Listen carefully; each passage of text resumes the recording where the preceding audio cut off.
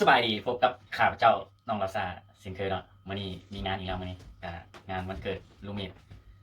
จานเปาเพิ่นเนาะมื้อนี้จับกล้องแหละเปาเสนอด้วยเสนอหน้าให้ทีมงานเบิ่งด้วย หมดแล้วกัน มาแล้วอ่ะ เออ มื้อนี้ก็เมนูหลากหลายเสร็จเก่าเช่นเคยเนาะเอาเปาอีกเช่น เจ้าแล้วปีเส้นนะ นี่ก็เครื่องครัวเฮ็ดลาบกับลาบอีกก็ลาบป่าเนาะลาบป่ากับลาบเป็ดมื้อนี้อันนี้ก็อีหยังมกขี้คม ขี้ปลา ขี้ปลาเนี่ยสุดยอดเลยเด็ดอันนี้แล้วก็พักอย่างอยู่เป็นครัวมาเราพาไปเบิ้งเข้ามาครัวป้าถูกครัวน่ะสะอาดสุดคนเราเฮ็ดกินอย่างโคตรสะอาดเลยอยู่นี่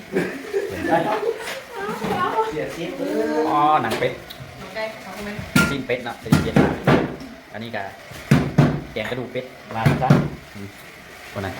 สาวรัสเซียเนาะหน้าบุตรจุลูอยู่มาคนลาวแต่งกินโหดให้หลายคนมาเลยโอ้เห็นงานแบบนี้เต็มเมืองสวรรค์ไปแล้วอันนี้กับซีดเนาะเรียบร้อยละดีดน้ำนัวออกเรียบร้อยละเอาน้ำนัวไปคั่วเลยนี่กับหัวปลาอย่างที่ต้มเนาะเอาเหมือนน้ำ ข ขา นาดปลาเท่านั้นเท่าไหร่เนาะไอ้ดาวเขาบอก โอ้ปลาไหนตัวนี้เนาะประมาณ5 โลเนาะโอ้มีเลือดไว้ได้หรือปะได้อยู่ตัดออก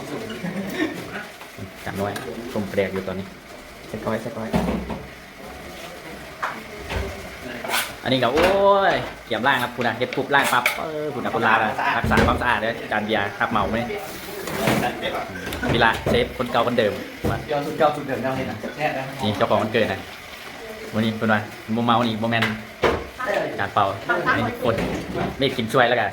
แล้วมาไม่กินช่วย โอ้ สิ เอาใส่แกงปลา อันนี้กับบีไม่ให้กินช่วยสิ ได้ เจ๊ไหนเป่ามาดิบรรยากาศ กดพื้นไหล กดฟืนมาโอ้ขอบใจมันนี่เสียไงเบิ่งแกงเป็ดแบบเนี่ยแกงกระดูกเป็ดโอ้ยเขาบอกขอบใจอะไรไม่เห็ดช่วยกลับไปห้องขึ้นห้องมันนี่กับโอ้ยสะอาดชุดแล้วมันนี่กันมันมีงานกับผู้ถูเนาะเอาติดตามตอนต่อไปเอาเป่าหูซิงไหนมันนี่เจ้าภาพ รู้สึกดีใจหลายที่ทุกคนมาในมื้อนี้ ตอนนี้ไม่ใช่เสร็จ จังไงเชฟวันนี้หน้าตาเอาอาหาร โอ้ขาดสุดมันนี่ ผักชุดหมด มันขาดอันนึงสมุนไพร สมุนไพรอ่ะ นี่เลยปลาปูที่ปูนี่นะเฮ้ยแม่ตายเมื่อวานนี่เป็นที่แรงอากาศหนาว หน้าตาผู้มาเข้ามาไหม ป่วยที่เขา โอ้ไม่ได้ เอาผ้าไปไอ้ฟง เป่าท่าใครเป่า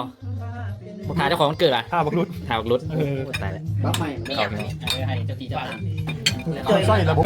เอาละตอนนี้ก็ครบหน้าครบตาแล้วมาพระเอกมาแล้ว เดี๋ยววิ่งมา เดี๋ยวผมจะนั่งเนี่ยมัน นั่งใคร ได้นะ เดี๋ยว ไป อ๋อเข้าดูเสียงแช่ๆในนึงขอโทษขออภัย โอ้ยได้แล้ว ของไผ่เลย คนยังผลน้อยเนี่ย อันนี้ของไผ่ ของรุด อ๋อคุณพ่อไผ่มันชัด แสงปีบรุดจริงๆเข้ามานี่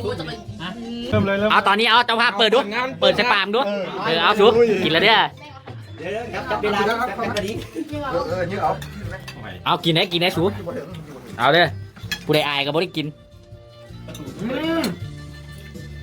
เอาขาถ่าย ที่ไหนเป่า ดู อิ่มแล้ว ทำอิ่มแล้วอิ่มหลายเนาะ